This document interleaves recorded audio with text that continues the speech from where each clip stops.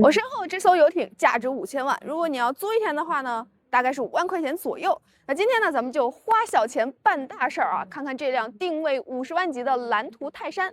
那它呢，听说是把你想要的功能和配置都玩到顶了。今天咱们就开起来体验一下。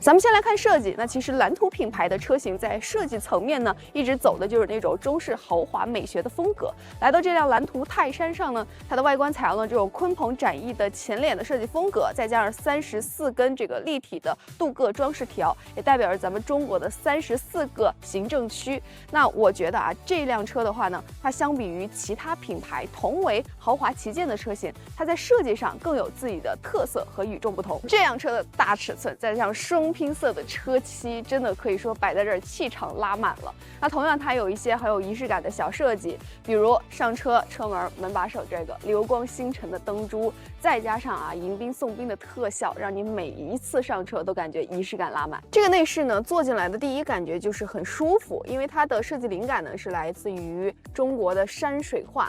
那么大家能够目光所及的啊，它用的是这种软包的材质啊，包括说这种木纹饰板以及这种麂皮的这种顶棚的材质结合在一起，主打的就是一个豪华。那目前我的第一感受就是这个座椅真的很舒服，尤其是它的这个腰部的支撑非常的贴合。你想想啊，你辛苦工作了一天，回到车上，瞬间有一种回到家里的感觉。很多人喜欢买大6座的 SUV， 就是想体验豪华 MPV 的即视感。这车呢，不仅有电动遮阳帘，而且后排左右两边呢还有小桌板啊，电脑、手机都可以往上放，还有电视可以放音乐、看电影什么之类的。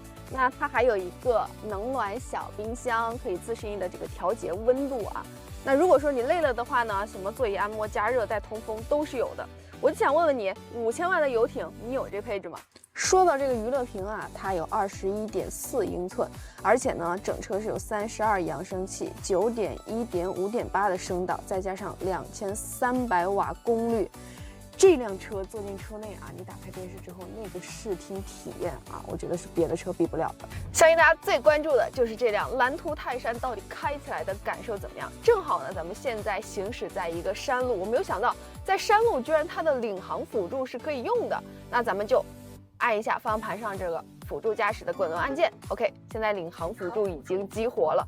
那这辆蓝图泰山呢，它全车是有34个传感器的，而且还拥有4D 的毫米波雷达。那它的识别更加的精准，感知能力呢也更强。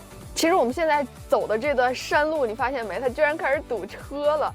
那在这种山路堵车的时候，这辆车我觉得它支架依然很好用。首先在中控屏这一块，你看旁边的行人、特别狭窄的车道、前方的车、大车，它都是能够精准识别到的，甚至旁边停的车它都能够识别到。这条路的复杂程度不用我多说了吧？你看全是人，前面还有一个骑3轮车的环卫工人。但是咱们开这辆车只需要把手扶在方向盘上，剩下的交给 ADS 就够啦。哎，有会车，哇，好近！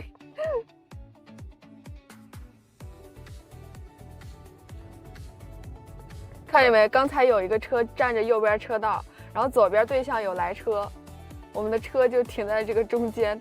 我比他还紧张，他没事儿，他直接滋溜过来了。我觉得啊，造大车简单，但是呢，你能把一辆大车的底盘调得好开，不是一件简单事儿。就拿我们今天开的这辆蓝图泰山来举例子吧。那它的话呢，是有一个道路预瞄的功能的。简单来说呢，就是通过车底这些感知元件啊，去提前扫描我们待会儿要开的路，然后根据不同路况去自适应的调节你悬架的软硬。所以呢，这辆车我们开起来的感受就是，不管在什么路况下啊，它开着都是很舒服，而且很稳的。同时呢，这辆车在底盘配置上啊，也是给的非常顶的，前双叉臂后5连杆的全铝底盘。那么这辆车呢，它还支持后轮转向，所以说刚才我在走那些窄路以及掉头的时候，我并没有感觉，哎，我是一辆大车，所以我心里怵得慌。相反的，它掉头还是很轻松的。千挑万选，我们选了一个不规则的停车位，左右两边的车停的都不规范。而且我前面还有一辆大车，我们来看看这辆车它的自动泊车到底好不好用。你好，蓝图，帮我停车。就这个啊，你可以选择靠左居中或者靠右，咱们就居中，然后点击开始泊入，松开方向盘和刹车。环境安全。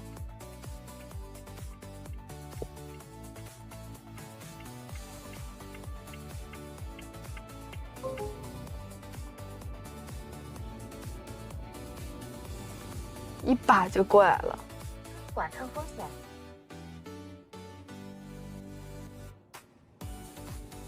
它也是稍微有一点点斜角度挺进去的。OK， 历时30秒完成。本来我以为这辆蓝图泰山有东风的造车实力，还有华为的智能化就已经够了。没想到呢，今天动态体验完这台车之后啊，我觉得不管是它细节上面的做工，还是它的驾驶感受，都给了我很多的惊喜。那这台蓝图泰山呢，也会在18号正式的上市跟大家见面。你觉得它定价多少合适呢？评论区聊聊。